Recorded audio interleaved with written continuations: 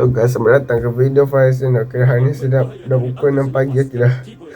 Hari ni saya tunjuk juga apa yang saya beli semalam. Jadi saya nak tunjuk hari ni saya nak ambah makeup starter deck makeup better card. So deck daripada Makeup Moto Movie. Kita tengok benar dia Makeup Moto Movie ke. Deck sebenarnya lama muncul masa di 2023 ni. Kalau saya beli ni dengan harga RM19.90. Okay, saya beli kat server E ya. Okay, dah boleh kita server E. Kita pasal dia jual lagi kita ni.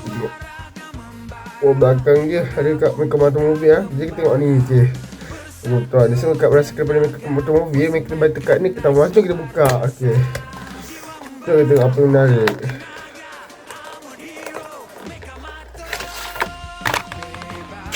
Menarik.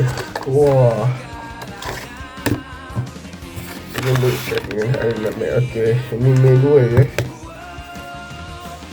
Lain pula arena mat dia.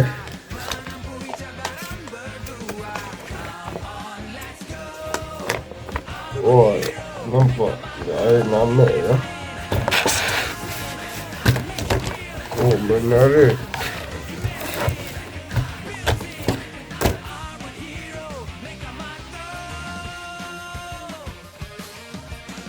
Okay,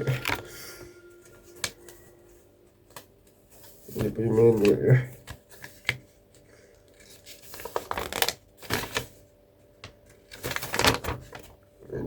Okay, dan dia juga, wow, yang dia punya dadu HP. Lepas tu kita balik makan kat sini. Oh, menarik. Next, seterusnya kita nak review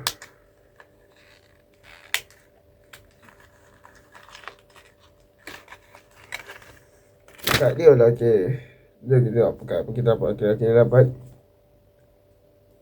budak atas lah. Okay, kita dapatkan gerak kakus. Kita dapat Makeup Moto mod helikopter. Kita dapat Max Mana. Kita dapat Makeup Mop. Kita dapat kat Trocket sebab daripada Makeup Moto Movie. Kita dapat Blade. Kita dapat Makeup Blaster KRS Sauce. Kita dapat Max Mana. Kita dapat Nak Lama. Kita dapat Toksah. Kita dapat Makeup Beca. Kita dapat Amato. Kita dapat Makeup Shield. Kita dapat Jetpack. Kita dapat Inci Aman. Kita dapat Pengawal penjara. Kita dapat gerak kakus. Dan last kali kita dapat draw. Kita dah jalan. Draw kita sesuai. Okay, menarik je kita tahu. Okay,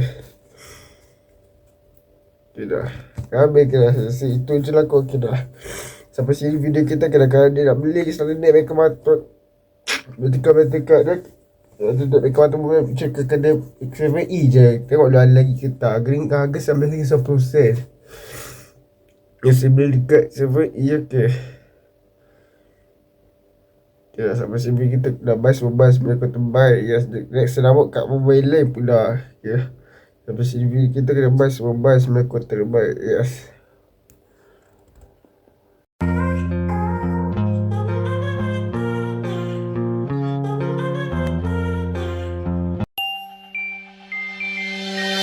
Oh,